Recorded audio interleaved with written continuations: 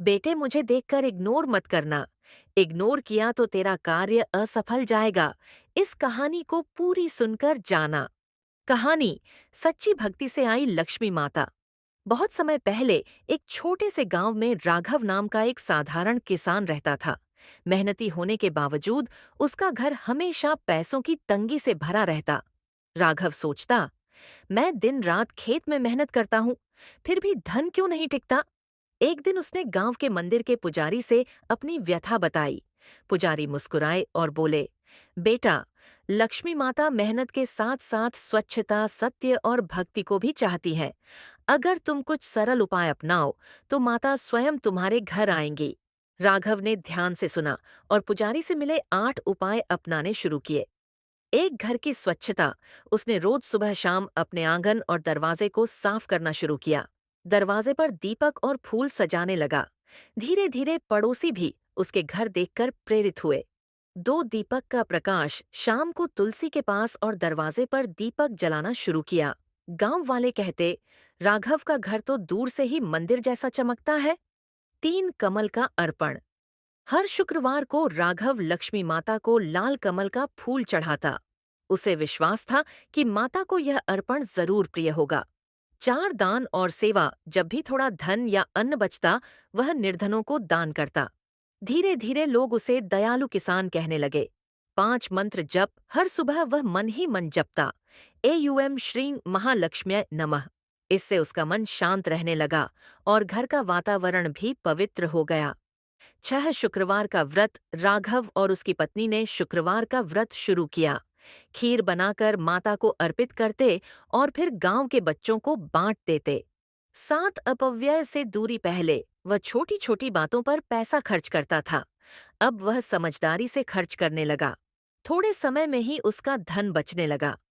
8, परिवार में प्रेम। राघव ने कभी भी अपने परिवार में झगड़ा नहीं होने दिया।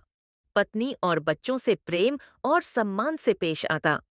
परिणाम, कुछ महीनों में ही राघव का घर बदल गया। खेत की पैदावार बढ़ी, घर में सुख शांति आई और धन भी बढ़ने लगा। गांव के लोग आश्चर्य से पूछते, राघव, ये सब कैसे हुआ? राघव मुस्कुराकर कहता, ये सब लक्ष्मी माता के सच्चे उपायों का चमत्कार है। अगर मन में सच्चाई और सेवा का भाव हो तो माता कभी दूर नहीं रहती।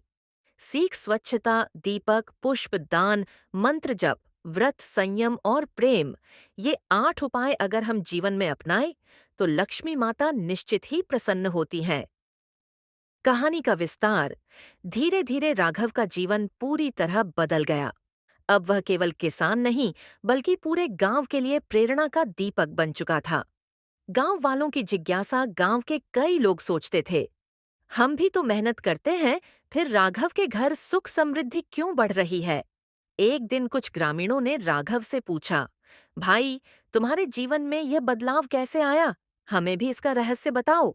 राघव ने मुस्कुराते हुए कहा, ये किसी तावीज या जादू से नहीं, बल्कि लक्ष्मी माता के 8 सच्चे उपायों से हुआ है। अगर तुम भी अपनाओगे तो तुम्हारे घर भी माता का वास होगा। गांव में बदलाव। राघव ने सबको समझाया।